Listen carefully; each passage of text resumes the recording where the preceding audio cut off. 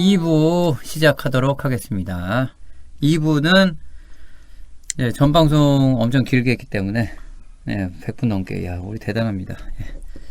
어째 길더라 했더니 100분 넘게 했어. 빵을 먹고 왔습니다. 그 사이에. 빵도 먹고 계속 방어를 먹은 어저께 고구부분 사라지고 지금 가게에서 단팥빵 같은 거 사가지고 지금 계속 구겨놓고 있죠. 오늘 2부 뭐 요새는 잘 이슈를 안 다뤄요. 뭐 되게 오랜 얘기처럼 됐는데 12.12 다음 주겠다, 그죠? 12월 12일 네. 그때 12.12 사건이 있어요. 12.12 사건에 대해서 간략하게 과연 12.12가 어떻게 일어나게 됐고 어떤 일이 있었는지 거기에 주연들이 지금 누군지 예전에 한번 우리가 얘기하다가 잠깐 그죠? 얘기한 적도 있고 11.6 얘기하다가 연결돼서 좀 들어갔구나.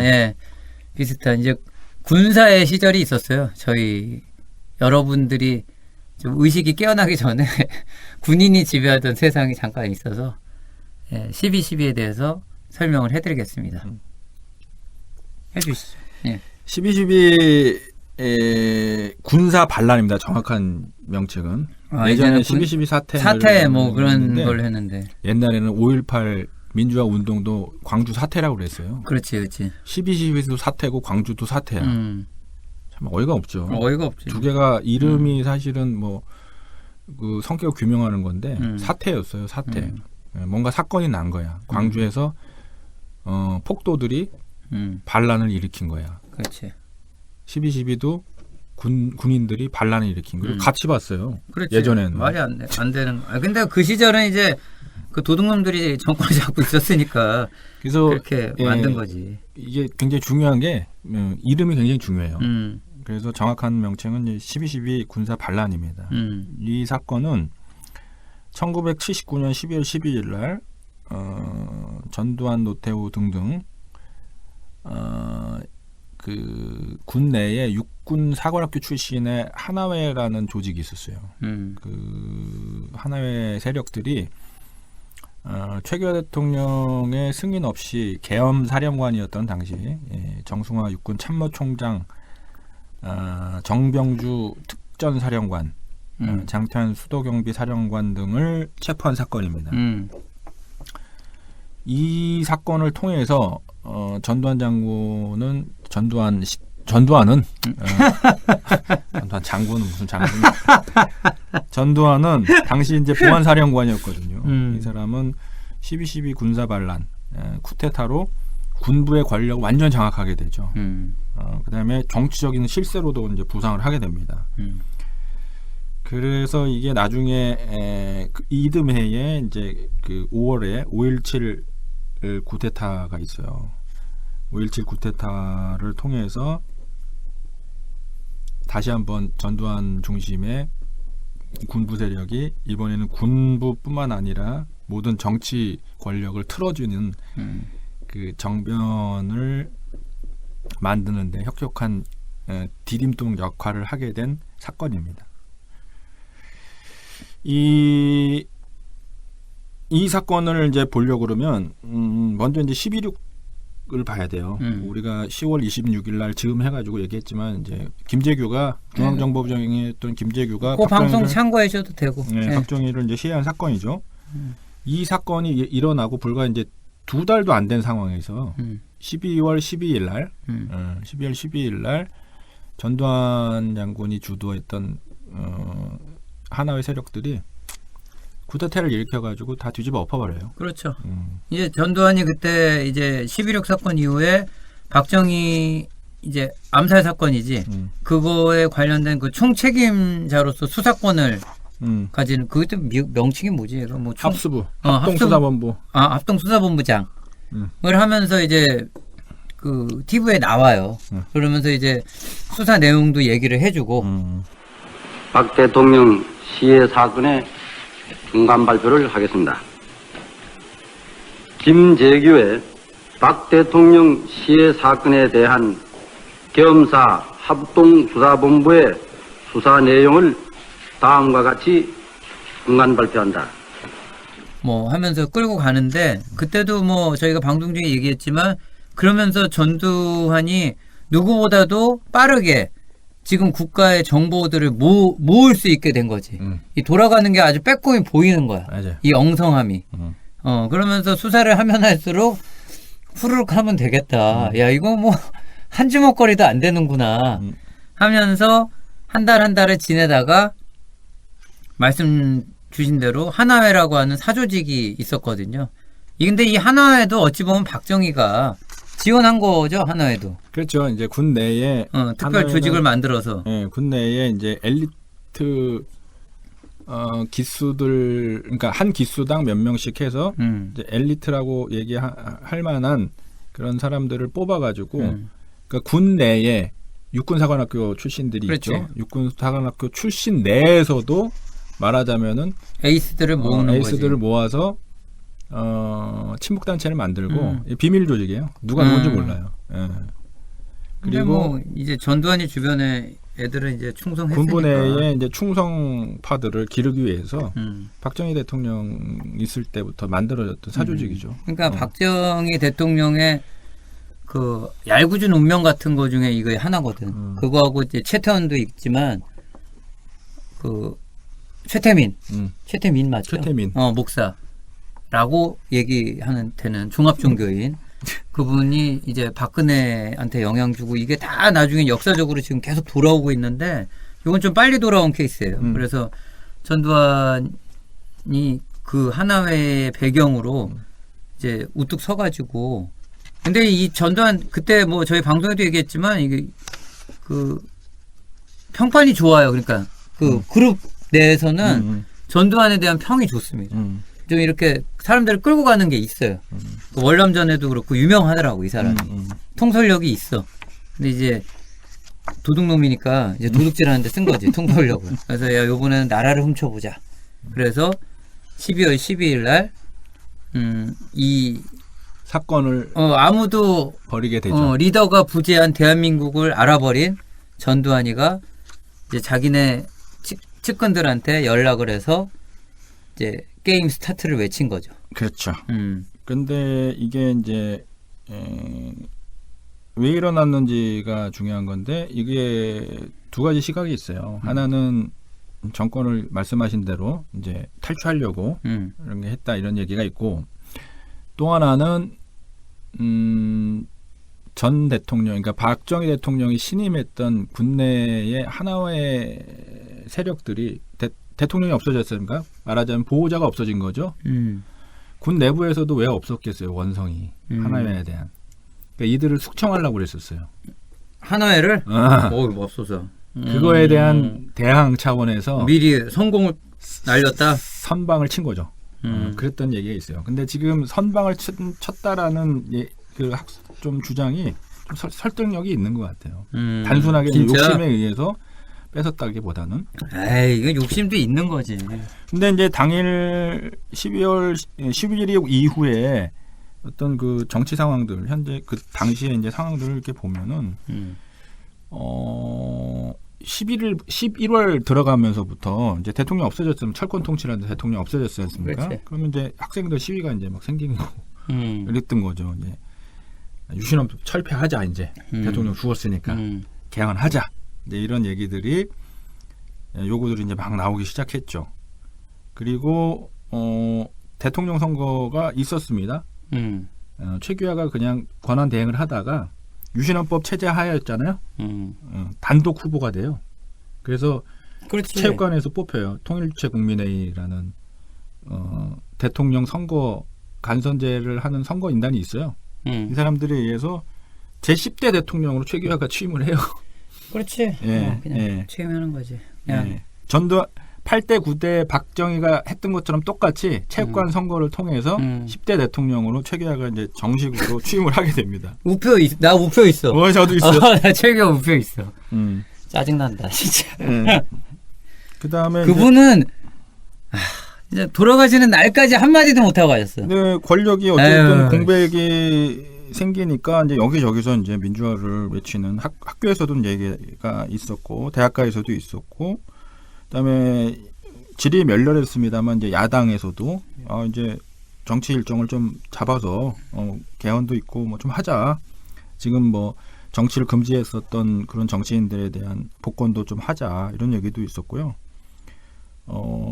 이 당시에 지금은 이제 조중동이 그렇지만 조선 동아 특위라는 게 있었어요. 기자들이 민주화에 대한 어떤 그 의견도 표명하고 조선 동아 기자들이 이런 얘기도 있고 그랬었습니다. 그래서 아무튼 사회적으로는 전반적으로 이제 민주화에 대한 요구들이 막 이렇게 고조되고 있는 뭐 이런 상황이었었어요.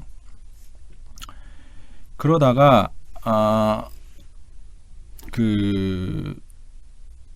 육군 참모총장이었던 정승화가 11.6 당시에 김재규하고 같이 동승을 했지 않습니까? 현장에서. 그렇지. 그래서 6번으로 가냐, 뭐 정보사로 가냐. 그래서 어디로 가야 하나. 뭐. 그때 그 중앙정보부로 김재규는 가자 그랬고, 정승화는 6번으로 가자고 달래서 6번으로 가자마자 김재규 잡아가지고 결국에 이제 재판에 넘겼던, 어떻게 보면 난을 김재규를 제거하는데 공을 세운 게 이제 정승화예요.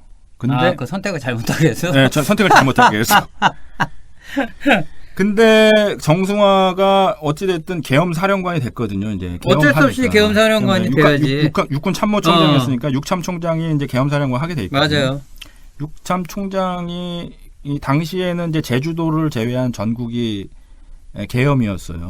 그러니까 이게 전국 계엄하고 부분 계엄하고 틀리거든요. 그러니까 전국 계엄이 되게 하면 전쟁하는 거예요. 제주도를 제외한 부분 계엄 같은 경우에는 전쟁 상태는 아니에요. 야, 제주도 제외했다고. 제주도 제외해서. 그래서 실질적으로 이게 뭐가 다르냐면은 지휘 통제의 라인이 달라져요. 계엄 사령관은. 그렇게 되면. 그러니까 부분 제주도를 제외한 부분 계엄을 하면 대통령과 계엄사령관 사이에 국방장관 있잖아요. 국방장관의 영을 따라야 돼. 계엄사령관이. 뒤에도 얘기가 좀 나옵니다만. 근데 전국에 비상계엄이 선포가 되면은 다이렉트로 대통령이야. 국방장관 필요 없어. 대통령한테 직보하고 의사결정 받으면 돼. 대통령, 최규하 대통령 뽑혀 있는 상태였나? 좀 뽑혀 있는 상태에서. 아유, 줘봐야 하지도 못해. 그러니까 당시에는 비상계엄 상태였고 계엄사령관은 정승화니까 어찌 됐든 그러니까 군을 일단 장악을 하고 있는 상태고 형식적으로는. 그다음에 국방부 장관하고 대통령의 영만 받으면 되는 사람이에요. 근데 이 사람이 하나회 출신이 아니야. 아니겠지 당연히. 아니었기 때문에 하나회에 대한 그 군을 숙정해야 된다는 그런 생각 갖고 있었어요. 이제 그 전에는 박정희가 워낙 비호를 하고 있었기 때문에 하나회가 뭐 기고만장했었죠. 그래서 전에도 한번 얘기했지만 전두환 같은 투스타 뭐 이런 사람들이 쓰리스타, 포스타 앞에서 다 맞담배 피고 반말 비슷하게 하고 이랬을 때였어요. 하나회 출신도 있고 뭐 보안사이기도 하고 뭐 이래서. 그런 것들을 사실은 대다수의 군인들은 그런 거 별로 좋게 생각했어요. 보수든 진보든 그런 건 상관없이 재수가 없는 거죠. 하나회 출신들을. 그래서 하나회를 숙정해야 된다는 그런 생각들을 갖고 있었던 거예요. 정승화가. 그 정도 생각도 있었다? 있었어요. 네, 정승화가. 신기하네. 있었어요. 야, 근데 그렇게 대체 없이 당하냐. 얘네도 참 너희도 하지. 그렇죠. 멍청하게. 아니, 그래서 실제로 그러니까 이거 검찰하고 지금 비슷한 건데 박정희 시대 때 핵심이 뭐였냐면은 경호처하고 그렇지 차지철하고 중앙정보부잖아요. 둘 다 장수가 없어졌잖아요. 다 죽었잖아요. 그러니까 어떻게 되겠어요? 대한민국의 권력의 공백이 생기고 결국엔 핵심이 정보 아닙니까? 중앙정보부에서 따오는 거. 그다음에 대통령 비서실 중에서도 경호실에서 따오는 거. 이게 핵심이었는데 이게 전부 다 군 조직 보안사료 이첩이 되는 거죠. 그쪽으로 몰리게 되는 거죠. 그러면서 전두환은 가뜩이나 하나회의 핵심 멤버였는데 걔한테 정보가 막 가니까 정승화가 이걸 좋게 안 봤어요. 그래서 실제로 동해경비사령부 전두환을 발령을 내려고 했어. 근데 군대 인사가 있거든요. 그게 12월 시즌이 있어. 12월 달이야. 그때 맞춰서 하려고 그랬어 정승화가. 근데 그걸 알았잖아요. 그런 내용들을 자기를 치려고 하는 내용. 금세 알겠지. 정보가 지금 다 수집이 되는데. 왜냐 여기저기에 다 있거든. 그럼. 보안사 출신, 하나회 출신들이 다 있거든. 그러다 보니까 다 걸린 거예요 이게. 그렇다고 뭐 정승화가 아까 사회자님 얘기하신 것처럼 뭐 순수한 군인이냐 뭐 그것도 아니야. 이 사람도 나름대로 닳고 달았어. 그런 사람이죠. 뭐 김대중 씨가 대통령 되면은 군대 가만히 안 있겠다. 뭐 이런 발언도 했었던 사람이에요. 아무튼 그러나 군 내부에서는 하나회 비하나회 출신들 간에 이제 알력 다툼이 이제 벌어지기 시작하는 거죠. 하나회는 지키려고 하는 거고 정승화는 내치려고 그러는 거고 이제 이런 상황이었어요. 그러다 보니까 이제 전두환 입장에서 봤을 때는 이대로 우리가 죽어서는 안 되겠다라고 생각하고 정승화를 치겠다라는 생각을 가진 거예요. 애들이 자기 기득권을 지키기 위해서. 그래서 12월 12일 날을 D-Day로 삼고 준비를 차근차근 하고 있었죠. 그런데 정승화나 이런 애들은 그렇게까지 할 거는 생각을 못했던 거예요. 방심이지. 네, 그러니까 병력을 움직이면서까지 그렇지. 이렇게 할 것이라고는 생각을 못했던 군 정기 인사 때 날리면 된다 이렇게 생각했던 거예요. 지금 검찰이랑 비슷해. 12월 내년 1월인가요? 검찰 정기 인사 있잖아요. 그죠? 그럼 그때 날려야지 이렇게 하고 있을 거 아닙니까? 이쪽에서는 민주당에서는 검찰 그거 모를까요? 날리겠지 이렇게 생각하고 있겠죠. 그럼 여기 대책을 세운다고 여기도 대책을 세우고 있을 겁니다.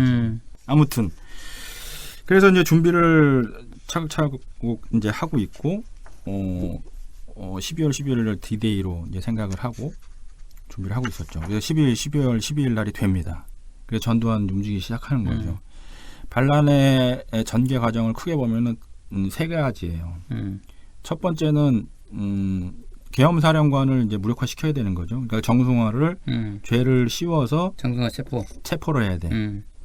정승화가 현장에서 11.6 사태 현장에서 김재규가 같이 있었기 때문에 네가 김재규 봐준 거지 이렇게 되는 거죠. 그렇지. 너는 김재규랑 짰지.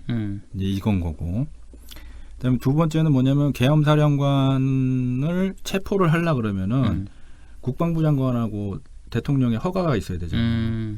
그러니까 허가를 받고 잡으러 가야 그치. 되지. 그렇지 않으면은 계급상 보안사령관 밑에 있는데 하급상을 할 수는 없는 거 아닙니까? 그다음에 두 번째는 이제 대통령 제가 받는 거죠. 세 번째는 이런 상황이 벌어지게 되면 당연히 자기네들 죽이려고 하는 애들이 있을 거 아닙니까? 이게 특전사, 수경사, 헌병, 육군본부의 헌병감 이런 데들이었어요. 이런 데들이 당연히 얘 뭐 하는 거야 지금? 그렇지. 보안사령관이 맞아. 보안을 해야 될 놈들이 감히 육군 참모총장을 대통령이 임명한 참모총장을 체포를 해? 재판도 없이? 당연히 누군가 반발을 하겠죠. 무력으로 반발할 수 있으니까 이들을 제압하는 것. 세 가지 정도의 갈래를 가지고 준비를 합니다. 그래서 일단은 보안사의 인사처장이었어요. 허삼수라고. 아유. 쓰리허 있었잖아요. 허허평, 허삼수. 허문도는 또 군인은 아니었지만 그 언론 통폐합 때 이제 기여했던 사람인데 허삼수가 대령이었어요. 황태자다. 이 사람한테 이제 체포조죠. 정승화 체포조 보냅니다. 공관으로 보내요. 공관으로 보내가지고 미리 이제 그 참모총장을 접견할 수 있는 이제 약속을 잡아놓고 그 다음에 허삼수와 그 똘마니들이 이제 들어가요. 들어가면서 위병소 통과할 때 참모총장 만나러 왔다. 그리고 같이 데리고 온 병력들은 경비를 이제 바꿔주는 로테이션하는 그런 부대다라고 얘기를 하니까 당연히 위병소에서 무슨 소리냐, 나 그런 얘기 들은 바가 없다. 전화해봐야 되겠다. 전화하려고 그러니까 이제 다 때려 엎어버린 거지 거기서. 갈겼어. 갈기진 않았어요. 이때는 총격이 있긴 그 나중에 있구나. 그거는 이제 안에 들어가서 정승화 이제 위협할 때 총격이 있었고 당시에는 이제 무력으로 총을 쓰지 않고 다 때려 잡아. 그래서 위병소를 무력화시켜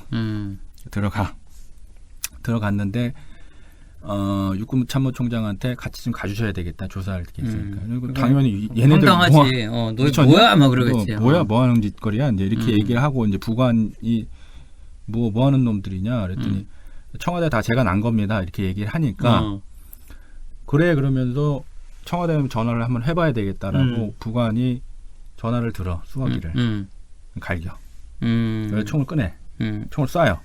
허가를 안 받았나 보지? 아직 안 받았어. 아직은 안 받았어. 아직 안 받았어. 나중에 받을 거야. 허가를 안 받았어.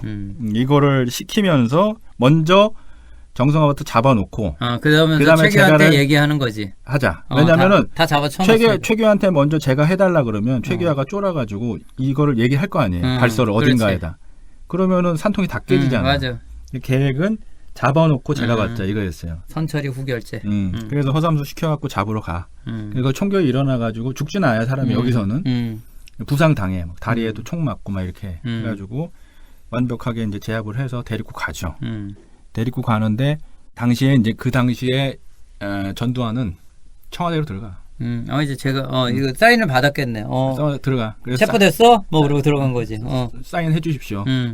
그때 최규환은 모르는 거지 잡으러 간지는. 그렇지. 이게 뭐냐 그랬더니 얘가 이런 죄가 있어서 김재규랑 같이 시해 사건에 연루된 것 같다. 조사를 좀 해야 되겠다. 무슨 소리야 그랬겠지. 무슨 소리십니까? 무슨 소리야 이렇게 못했지. 그런 거. 무슨 소리죠?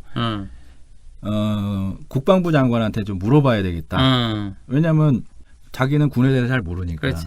그다음에 계엄사령관의 바로 직속 상관이 누구냐면은 국방부 장관이니까 내각에 있는 장관한테 이제 물어봐야 되는 거예요. 사태가 이런 전두환이 와서 이런 얘기를 하는데 정말 계엄사령관 잡아가도 되는 거야? 체포해도 되는 거야? 물어봐야 될 거예요. 근데 진짜 한심한 일이 벌어지는데 그 당시에 노재현 국방부 장관이었죠. 이 사람이 육군 참모총장 공관 옆에 있었어요. 같이 관사가 같이 붙어 있었나 봐. 총소리가 나잖아요. 이제 그 체포 연행 과정에서 총소리가 났죠. 그렇지. 국방부에 튀어요. 가족들 데리고 피신을 해. 총소리 듣고 이게 한 7시 40분 정도 됐어. 저녁. 튀어서 근처에 있는 자기 부하가 사는 집으로 가서 자기 처자식을 맡기고 자기는 국방부로 바로 간 것도 아니고 육군 참모 육군 그 벙커로 가. 그러니까 육군 참모 총장이 있어야 할 6번으로 가서 6번 벙커로 들어가요. 그랬다가 행적이 되게 웃겨. 그랬다가 미 8군 사령부에도 가.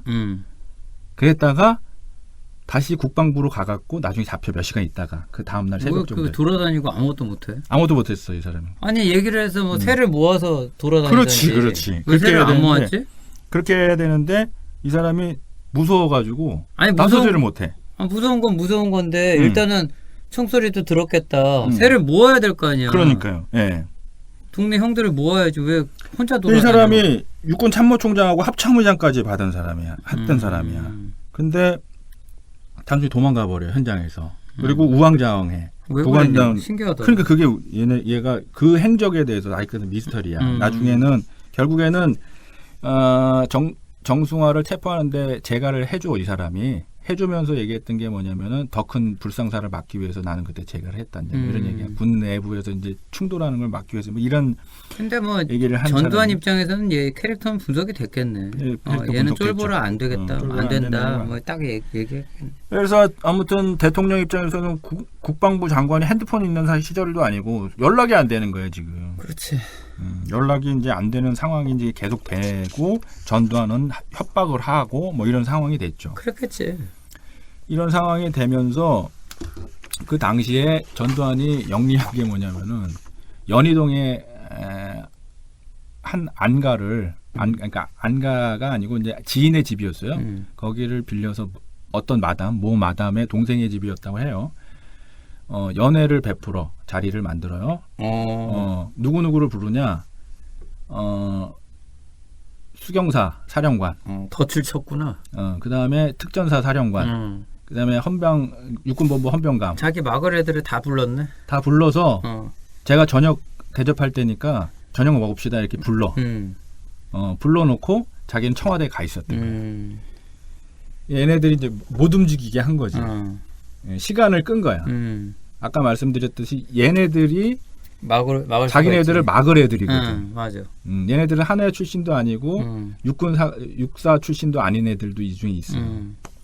이렇게 해놓은 상태였어요. 이 상태에서 전두환은 가서 계속해서 최규하를 겁박하고 있었죠.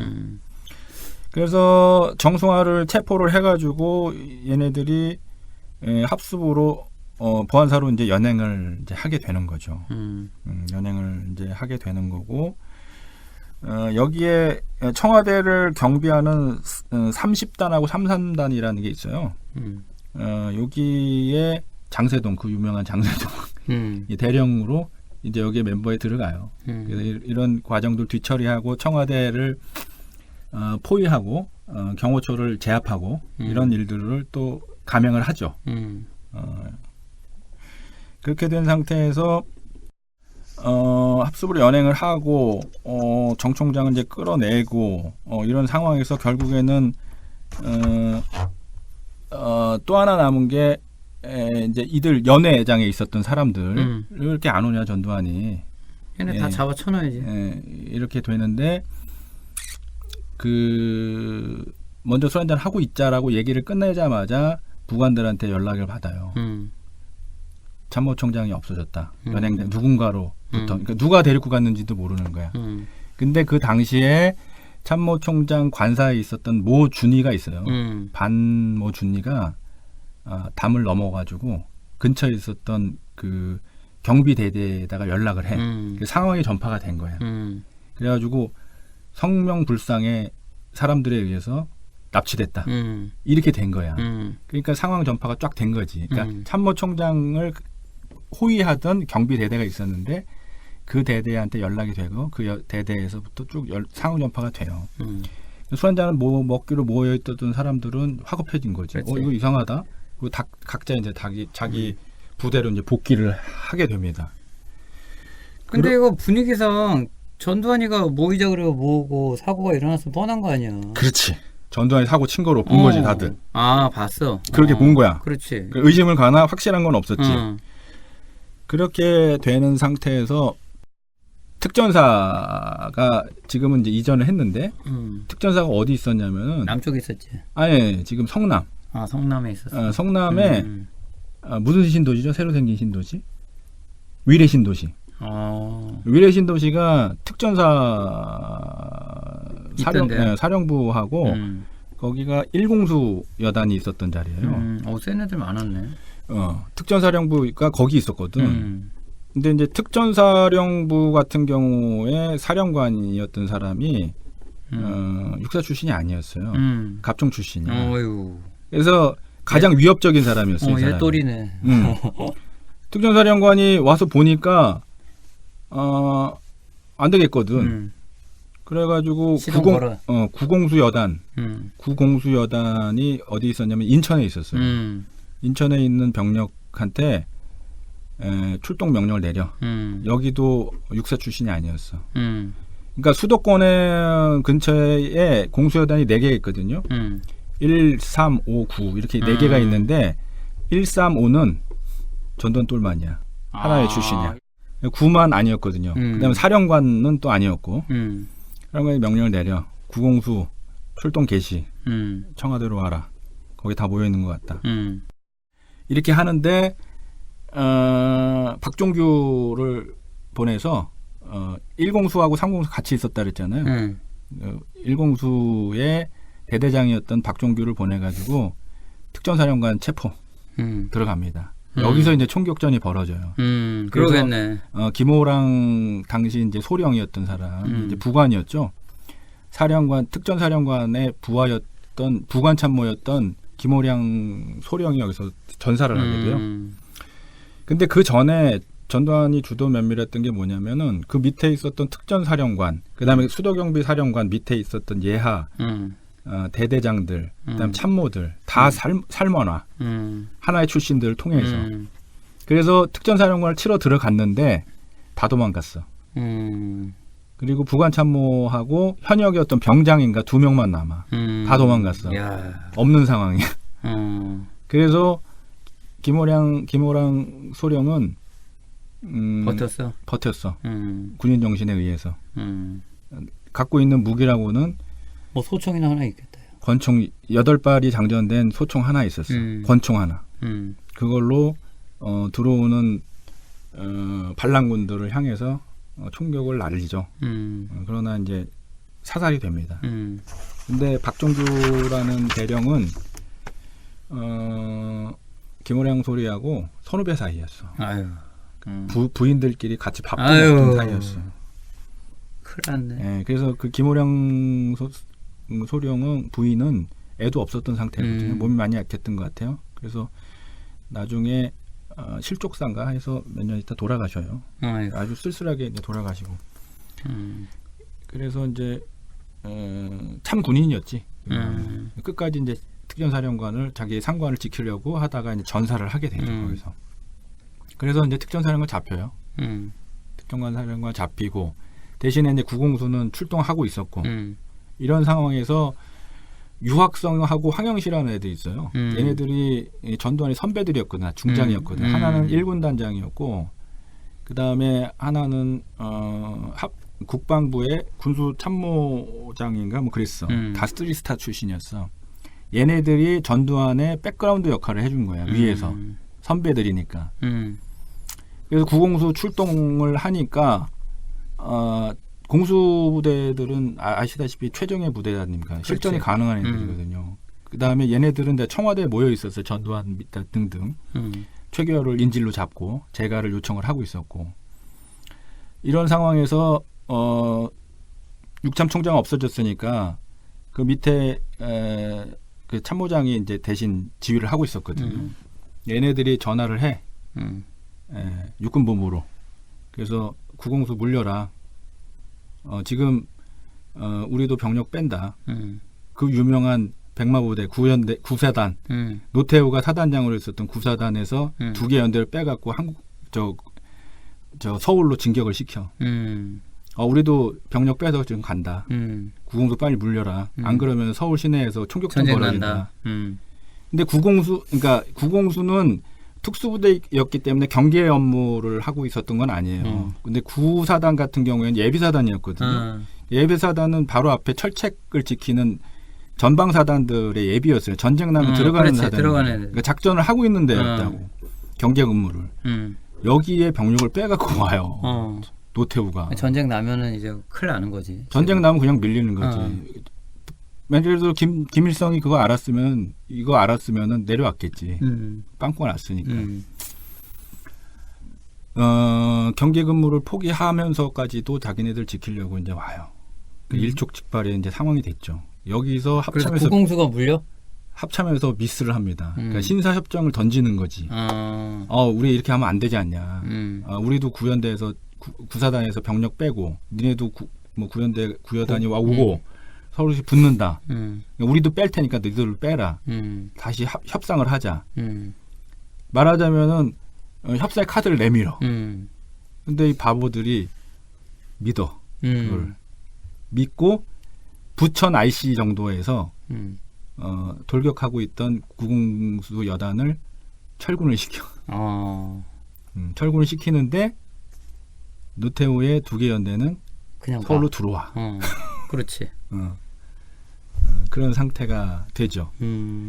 그리고 지금 핵심이 뭐였냐면 얘네가 만약에 들어왔으면은 일이 커질 뻔했네. 전쟁 났지. 그리고 수경사가 장태현이라는 사람이 있었어요. 장태현 사람이 이 사람도 역시 전두환 니들 가만히 있어. 거의 다 때려 죽이러 간다 내가. 전차 몰고 갔어. 그래서 전차를 경복궁 앞에다가 대기시켜놓고 폭파 명령을 내리려고 하고 있었어.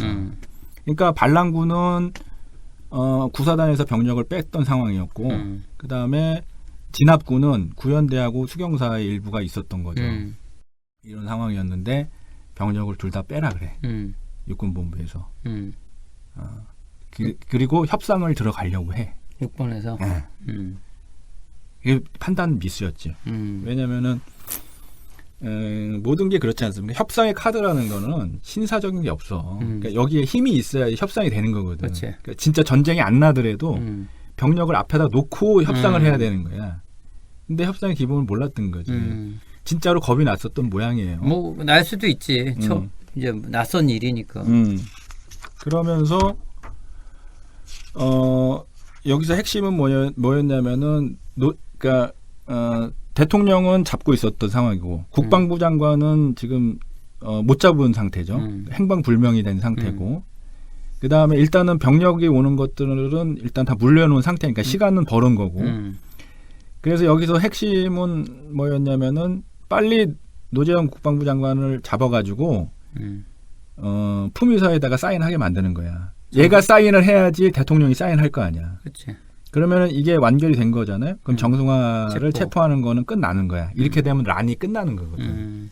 그래서 정승화를 근데 잡아 족쳐서 나머지 이 세력들이 그걸 반대할 수도 있잖아요. 이거 반대할 수도 강압에 있죠. 의해서 한 거니까 우리는 용납 못해. 반대할 수도 있지.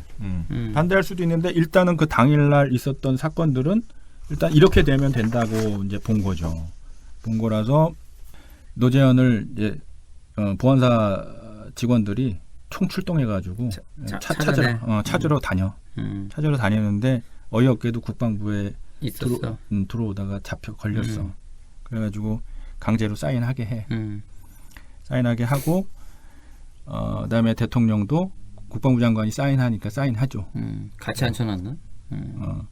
그래서 정승화 체포 작전은 이제 성공을 하게 되는 거죠. 그 다음에 그 다음에 일어난 일들은 정승화 고문해요. 정승화 고문합니다. 불어라. 불어라. 그래서 시인을 받아내요. 네, 같이 했다. 같이 했다. 그래서 이제 당연히 그 예편하고 2등병으로 예편해요. 그러니까 포스타가 2등병으로 예편하고 그다음에 이제 재판에 이제 회부. 연금도 못 받았겠네. 그렇죠. 이 사람이 아니 이건 좀 전두환이가 챙겨주면 안 돼. 그래서 웃긴다. 그러면서 이제 난이 평정이 되고 얘네들이 이제 이런 수경사 들어가요. 장태환이나 이런 사람도 어떻게 됐어? 다 잡아가요 또. 안 잡아가면 안 되지 얘네. 다 잡아가. 그래서 헌병감도 잡아가고 특전사령관 잡아가고 수경사도 잡아가고 이렇게 해놔. 그러니까 대세가 이제 넘어가고 밑에서 하극상들이 막 일어나요. 자기가 평소에 심어놨던 하나 출신들이 말 안 들어. 병력도 안 움직이고. 그러니까 이게 성공했었던 이유를 이제 말씀을 드리려고 하는데 이게 이제 사조직이 무서운 거예요. 이래서 평상시에는 몰라. 말을 잘 듣는 거야. 자기 상관한테. 근데 낮에는 자기 직계에 있었던 상관한테 충성을 하고 밤에는 전두환이 같은 별도의 보스한테 충성을 하는 거예요. 그러니까 자기 부하가 아니었던 거예요. 근데 하나회의 이런 인력 구성이나 이런 것들은 외부로 노출이 안 돼. 그러니까 장태환이나 정병주나 이런 사람들도 자기 부하가 하나회인지 몰랐었던 거야. 아, 그렇지. 의심만 가져. 제가 그럴 것 같은데. 그럴 것 같아. 근데 몰랐었던 애도 있고 맞은 애도 있고 그러다 보니까 상황이 이렇게 돼서 대통령을 인질로 잡고 있는 상황이 되면은 밑에 있는 장교들이 말 안 들어요. 위에는. 그러니까 뺀질 되면서 아니 명령을 이거는 이제 수행을 안 하는 라인이 달라져도 되니까 더 이상 달라진 거야 이제. 이제는 다 공개하는 거야 이제 그렇게 되면. 그럼 다 꼰대인데 뭐. 그렇게 해서 성공을 하게 됩니다. 그래서 성공된 요인들은 하나회가 정말 점조직으로 밑에 있었던 비공식 라인들을 권력 라인들을 다 잘 장악을 하고 있었던 거죠. 신복들이 전부 다 잘 잡고 있었던 것이 어떻게 보면 박정희가 잘 키워놓은 하나의 조직이 이럴 때 유사시에 이제 말하자면 효과를 발휘했었던 것이고. 아니, 그리고 뭐 박정희도 자기가 뭐 이렇게 될 줄 알았나. 몰랐지. 그러니까 지금 이렇게 업무 공백이 생기는 게 굉장히 이제 뭐 확률이 낮은 건데 차지철도 그렇고 뭐 다 죽어버렸으니까. 뭐 김재규 뭐 힘 못 썼지. 그러니까 이제 전두환이가 정보 장악력이 생겼지. 뭐 말씀대로 전두환이가 또 이러고 있는데 정승화나 뭐 그런 사람들이 자기를 이제 유배 보내려고 한다는 소식까지 들었으면 뭐 얘 입장에서는 내가 왜지, 내가 왜. 그렇죠. 그래서 뭐 다 뒤집어 엎는 건데 이게 뭐 아마 사진이 있을 거라고. 그때 요거 작전했던 애들이 단체 사진 찍은 거 사진도 유명한 있고, 게 있잖아. 사진도 있고. 제가 이제 이거 조사하다 보니까 이거 조선일보 대단한 것 같아. 조선일보에서 테이프로 보관하고 하고 있더라고요. 카세트 테이프. 그 당시에 육성을 그 당시에 통화 내역을 군대 통신망이지. 통신망이 있겠지. 예, 군대 통신망에서 지령을 내리고 허위 보고를 하고 이런 것들을 다 녹음 파일로 나도 만들어 들었던 것 같아. 어디서. 들어봤는데. 뭐 있습니까? 뭐 그러니까 모르겠습니다. 막 그런 거 들었던 것 같아. 막 뻥치고. 알고 보니까 다 거짓말. 아니 움직였다 그러던데 그래. 그러니까. 아닙니다. 뭐 어쩌고입니다. 막 그런 거 들었어. 아는데 움직인 거 없습니다. 확실해요? 막 이렇게 확실해요? 막 그러면. 안 움직였다. 막 얘기하고 막 그러고. 이렇게 하는 것들이. 그 얘기를 들어보니까 막 그러니까 아닙니다. 막 몇 번 확인하고 그랬던 거. 그렇죠. 그때 막 움직이고 있었어. 이미. 30년대에 어디 출동한다고 그러는데 어디 출동명이 내려갔는가? 예? 구사단 30년대 어디 출동하는 모양인데 어디 출동시키는가? 연대 출동 안 합니다. 근데 뭐 어디 출동한다고 그러는데 무슨 소리야? 연대가 말입니까? 연대 출동 안 합니다. 지금 구사단 30년대장이 저 삼성까지 출동한다고 전화가 왔는데 연대 출동 안 합니다. 그렇죠. 그래서 반란군들이 이제 완전히 장악을 하게, 군권을 이제 장악을 하게 되고, 이러면서 이제 계엄사령부도 이희성이라는 사람이 있어요. 이 사람 전두환의 선배인데 8기 육사 8기죠. 이 사람 가르쳐요. 자기 선배 안 쳐. 근데 전두환이랑 같은 하나회야. 다 알아 그냥. 그렇지. 근데 밑에 부하 그러니까 밑에 후배였는데도 꼭두각시 노릇을 충실히 해줍니다. 그럼 이희성은. 그래야 살지. 그래서 이제 계엄사령관을 갈고 계엄사령관이 김재규랑 같이 대통령 죽인 사람이 됐으니까 이 명분으로 군 내부에 있었던 사람들을 자기 반대파들 다 제거한 거죠. 아까 말씀드렸던 특전사령관, 수당병배 사령관, 헌병관 다 잡아가. 그다음에 구여단장도 옷 벗겨. 다 벗기고 다 고문하고 죄를 묻고 예편시키고 그래서 끝내버려요. 속전속결로 이제 끝내버립니다. 그러면서 정권을 이제 완전히 장악해버린 거죠. 이 얘기 듣다 보니까 수경사 장태환 장군이 좀 유명했던 것 같아요. 유명했어요. 충성심을 발휘한 장군 막 그래가지고. 아니, 실제로 그 사람은 이제 자기 휘하에게 수방사죠 지금의 수방사하고 가까웠으니까 전차 끌고 경복궁 앞으로 가요. 아닌데 끝까지 한번 막아보려고 하는 인물로 끝까지 한번 저지를 하다가 끝내는 못하고 뭐 잡혀가셨죠. 그렇죠. 잡혀가시고. 가장 강력했던 게 특전사였는데 특전사는 사령본관 자체가 이제 잡혀가 버렸으니까. 근데 장태환은 그 정도는 아니었고 잡혀가진 않았으나 밑에 있는 휘하들을 다 끌고 가지는 못했어요. 그 중에서는 무슨 이런저런 핑계를 들어서 출동 명령을 이제 회피했고 가용한 애들만 데리고 나갔었어요. 그러니까 전두환 입장에서 봤을 때 나름 평정하고 눈에 가시였죠. 실제로 또 내부에서 총격전이 있었잖아요. 잠깐. 그게 대표적인 게 그 특전사령관 잡으러 갈 때 그래서 사람 죽었죠. 그때 몇 명이 죽었는지 모르죠. 2명 죽었어요.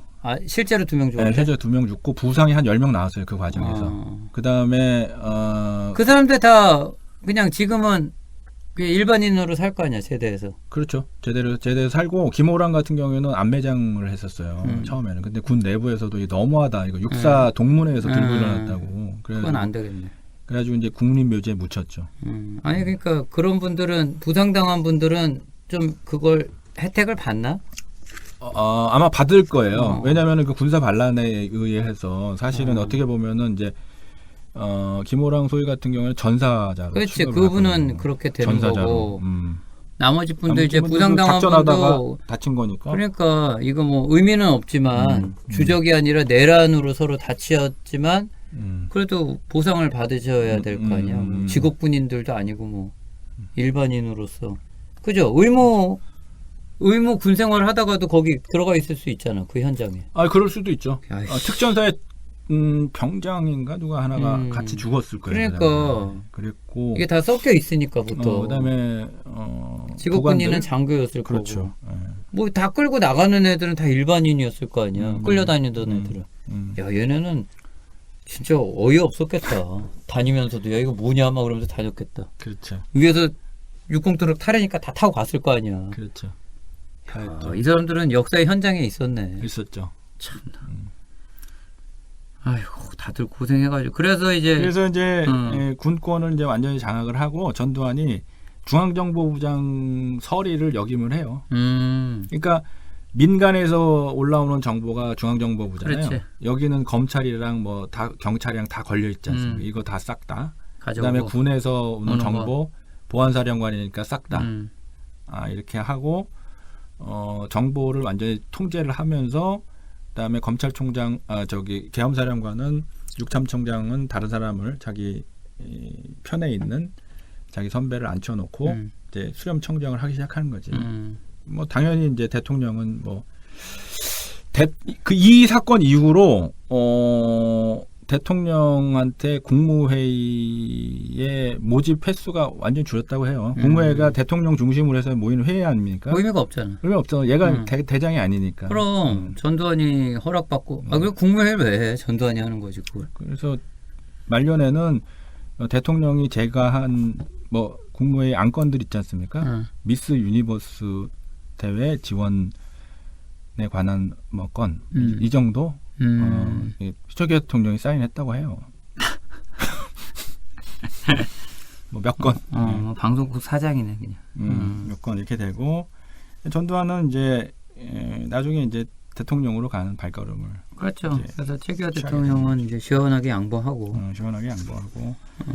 이제 안위를 보장받았지. 그야말로. 그렇죠. 이게 이제 이렇게 해서 12.12 사태가 12.12 군사 반란이 종료가 되고 그다음에 이제 일단은 내부를 다스려야 되니까 추스려야 되니까 인사니 뭐 이런 시스템을 정비하는 일들을 계속 해나가요 전두환은. 그래서 서울의 봄이라는 게 옵니다. 80년 초에. 그래서 일시적으로 말하자면 민주화의 어떤 이 움직임들이 막 분출되던 것들이 있었어요.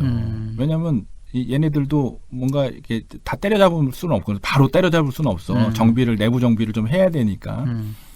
그래서 12.12 군사반란 이후 그다음에 그 이듬해 5.17 군사 쿠데타가 일어나죠. 그것까지 한 5개월 동안을 사실은 크게 말하자면 신군부에서 민주화 세력들 탄압을 안 했었어요. 두고 봤었죠. 내부 정비를 하면서.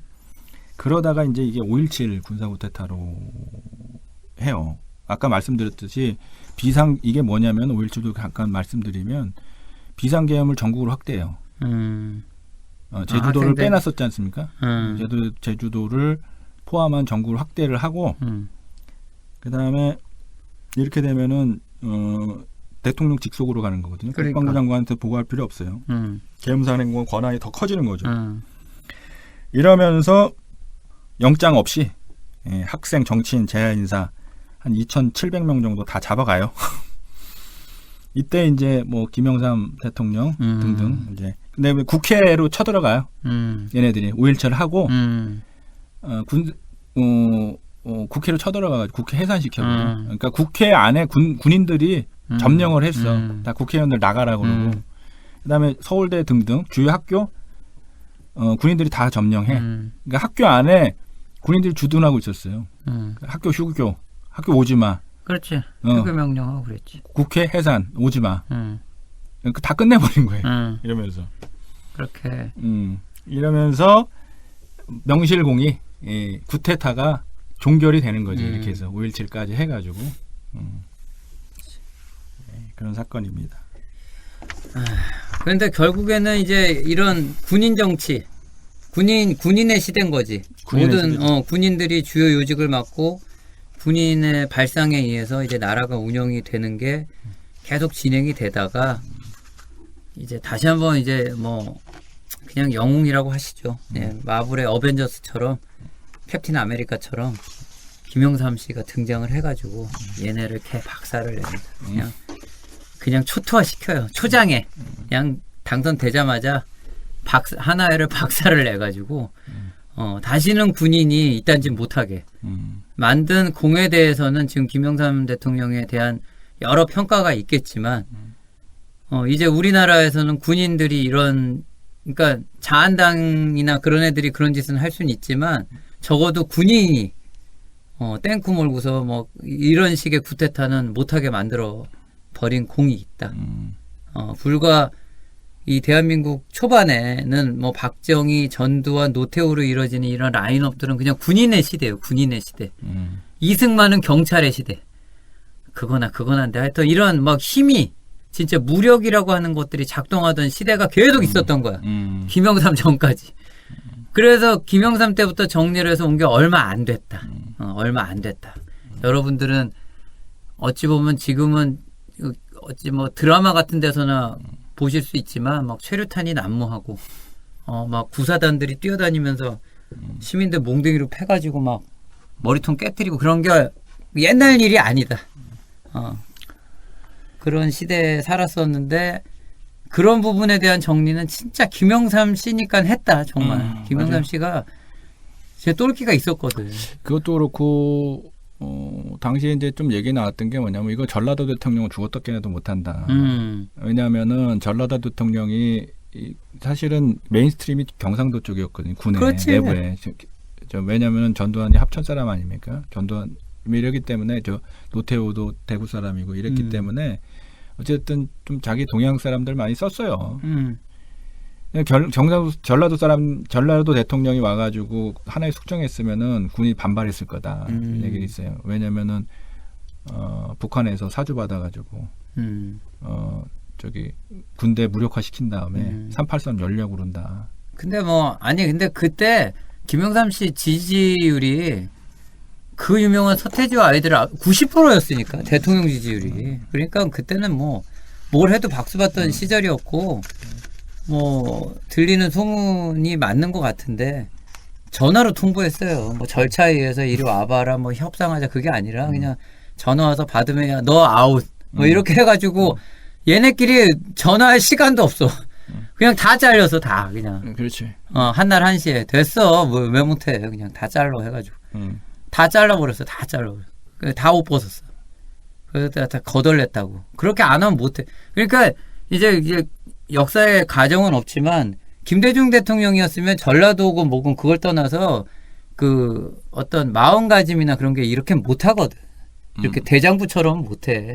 자, 경상도 사나이처럼 애따 모르겠다 해가지고 그냥 다 한 거야. 또 됐고. 네. 그리고 아무튼 김영삼 대통령에 대한 이런 공과 가가 나뉘는데 모든 사람은 그렇겠지. 그런데 이제 일단은 군부가 정치에 이제 다시는 발을 붙이지 못하게 이렇게 한 것들은 상당히 높이 평가할 만하죠. 형격해. 제가 볼 때. 근데 최근에 이 12.12의 주역이었던 전두환과 노태우의 행보가 좀 갈려요. 그렇지. 노태우 씨는 좀 사과를 하고 있죠. 엄밀히 말하면 그 이제 자식이죠. 노태우 대통령의 자식. 자제분이 들어와서. 하고 전두환은 아직 자식이 있는데 특별한 게 없고 아직 거동을 하시니까 본인 생생하게 골프도 치시고 그러시니까. 둘의 행보가 많이 엇갈립니다. 전두환은 아시다시피 자기 자서전에서 5.18 민주항쟁에 대해서 이거는 명백하게 북한에서 내려와가지고 사주에 의해서 움직인 거다라 얘기하고 조비오 신보 같이 그때 헬기 사격이 있었다고 증언한 조비오 신보 같은 경우에 새빨간 거짓말쟁이 성직자의 탈을 쓴 악마다 이렇게 얘기할 정도로 이래서 명예훼손 혐의로 재판을 받을 정도로 이렇게 본인의 갖고 있었던 신념을 절대 굽히지 않죠. 이 사람은. 네.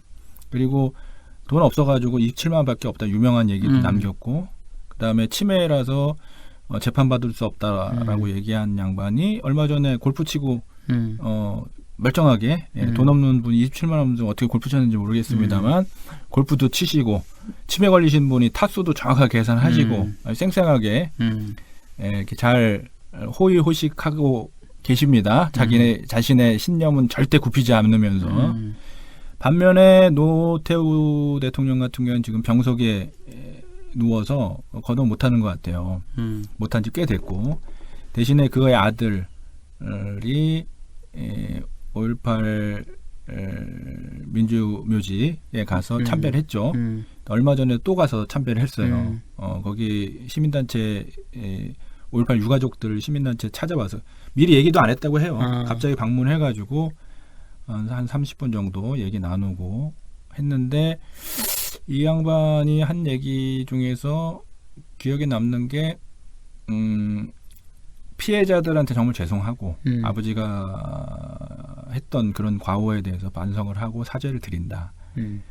언제까지 피해자들이 그만하라고 할 때까지 하겠다 자기는 이런 얘기를 했습니다. 그래서 그 얘기가 뭐 물론 아들이 아버지랑 다르기 때문에 아들의 어떤 자유의지에서 할 수도 있고요.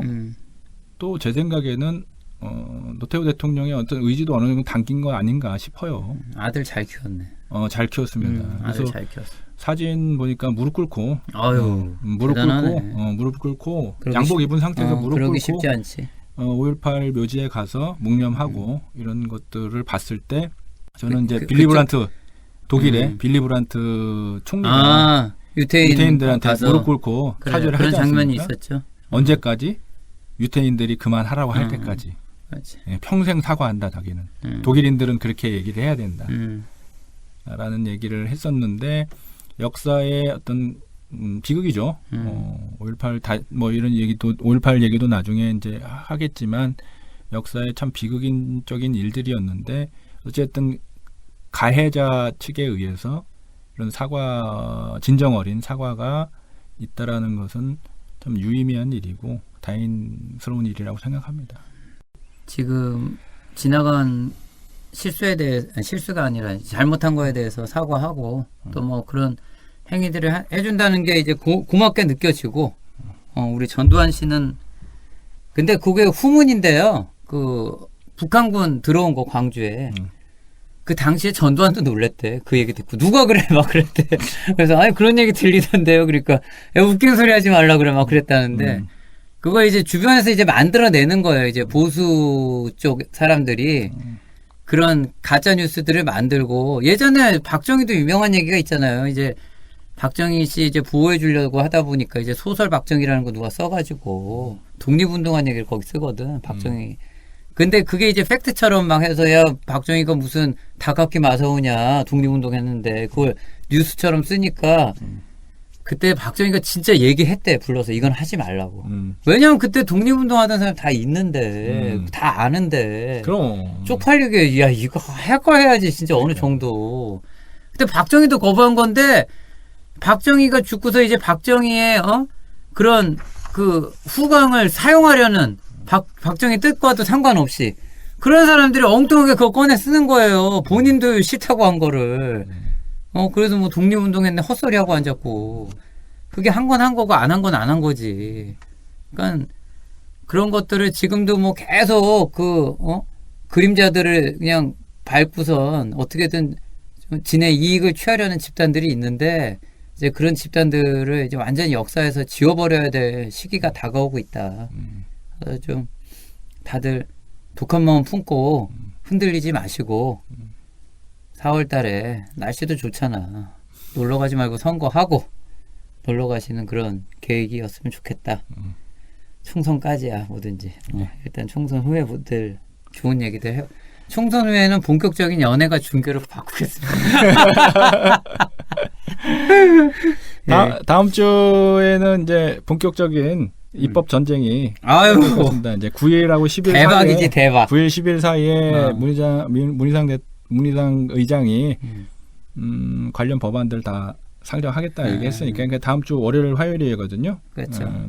이제 몇 차례 연기됐고 협상도 지금 주말에 있을진 모르겠습니다만 거의 깨진 것 같고 다음 주에는 이제 자유한국당의 필리버스터 명연설을 보게 될 것 같습니다. 쉽지 않겠지만 하여튼 고생들 하시고 윤석열 총장도 굉장히 관심 있게 볼 거예요. 다음 주를. 얘네들이 어떻게 하려나 조마조마하면서 보실 텐데 쉽지 않을 것이다. 이미 물 건너 갔다. 그냥 열심히 그냥 땀만 흘리는 거다 다들. 그렇게 생각이 됩니다. 그럼 다음 주에 그럼 더 새로운 소식으로 또 특집으로 이런 포맷으로 가도 괜찮겠죠? 연예가 중계 포맷도. 좋습니다. 스포츠 뉴스. 예, 좋습니다. 그럼 다음 주에 좀 더 좋은 이야기로 찾아뵙도록 하겠습니다. 오늘 방송 여기까지 수고 많으셨고요. 청취해 주셔서 감사합니다. 네, 감사합니다. 네. 네.